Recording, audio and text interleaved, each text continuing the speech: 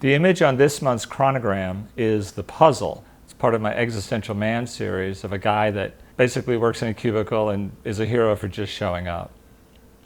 In the Existential Man series, one thing that's distinct about it is I got rid of a lot of information.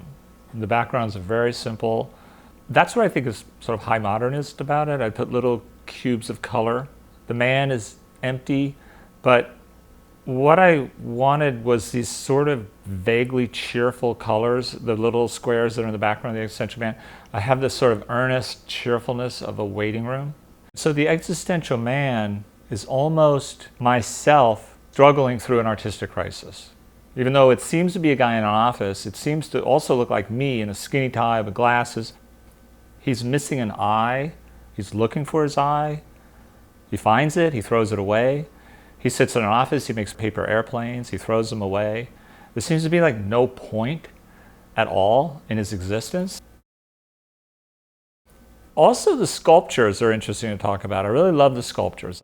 One of my favorite little pieces of sculpture are my teeth books. I take regular books that I find on the sidewalk. I've carved them with a razor blade into mouths and paint them.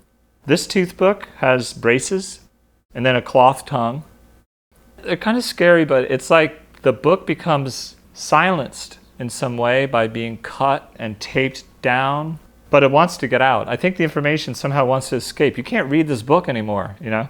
So it becomes a mouth that has been silenced. Ultimately, I think art is a conversation. It's a conversation with art history.